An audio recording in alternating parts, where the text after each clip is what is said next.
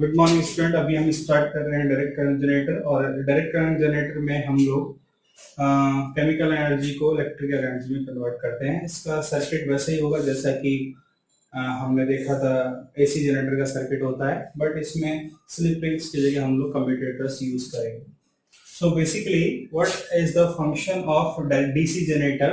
It converts chemical energy into electrical energy, but the direction of current remain constant. Current का direction change नहीं होगा बार बार, it remain constant. अब इसके बाद हम इसका देखते हैं कंस्ट्रक्शन।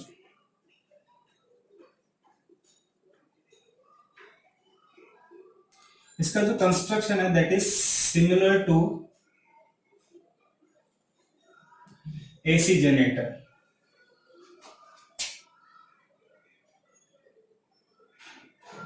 बट जो स्लिप रिंग्स हैं, एसी में क्या थी स्लिप रिंग्स, और यहां उसको किससे रिप्लेस कर देंगे? That are replace by the commutator. Slip ring किसमें थी? एसी जनरेटर में, और कम्यूटेटर किसमें यूज करेंगे? डीसी जनरेटर में। तो ये इसकी फंक्शनलिटी को चेंज कर देता है कि जो करंट की डायरेक्शन चेंज हो रही थी, रिवर्स हो रही थी, अब वो रिवर्स नहीं होगी। कम्यूटेटर कैसे होते हैं? कम्यूटेटर को हम ड्रॉ कर लेते हैं इस तरह से। ये कम्यूटेटर है C1, इसी तरह से इधर भी ड्रॉ कर लेंगे।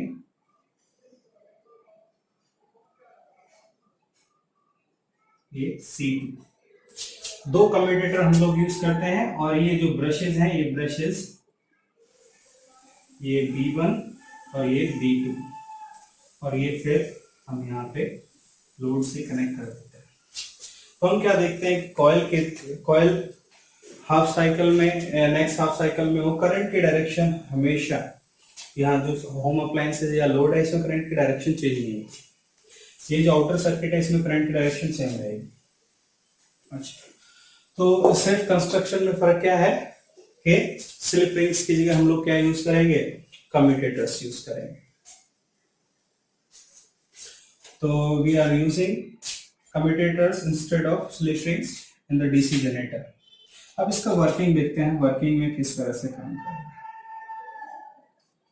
अब ये जो कम्यूटेटर है C1 एंड C2, जैसे ही ये एक जैसे C1 C2 है ये दो, और जैसे ही ये कॉइल रोटेट होती है तो ये वाला कम्यूटेटर उठ के इधर चला जाता है और ये वाला कम्यूटेटर इधर आ जाता है।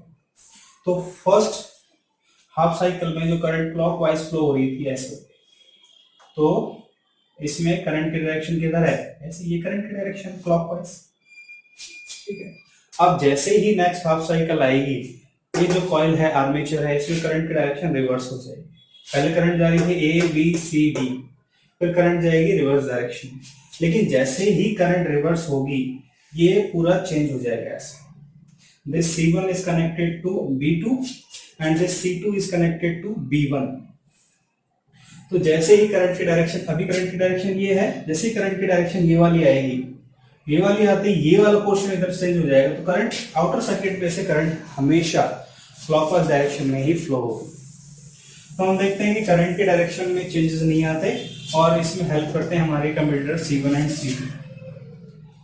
सो इसका वर्किंग भी सेम है ऑलमोस्ट, बट स्लिप रिंग्स में क्या होता है, स्लिप रिंग्स खुद यही स्लिप ऐसा ऐसा घूमती रहती है, वो उठ के उधर नहीं जाती, दूसरे वाले ब्रश से कनेक्ट नहीं होती।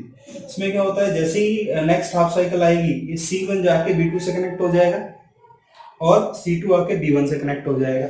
सो इस प्रोसेस में क्या होता है, कॉइल में तो करंट रिवर्स होती है, बट जैसे ही करंट रिवर्स होती है हम क्या करते हैं, इनको शिफ्ट कर देते हैं।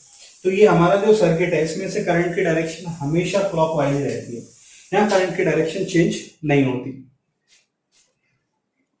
So this is the working of direct current generator. ये भी एक इंपॉर्टेंट टॉपिक है, और कई बार आपसे एसी जनरेटर पूछ लेते हैं एग्जामिनेशन में, और कई बार आपसे पूछ लेते हैं डीसी जनरेटर। तो आपको दोनों को ध्यान रखना है।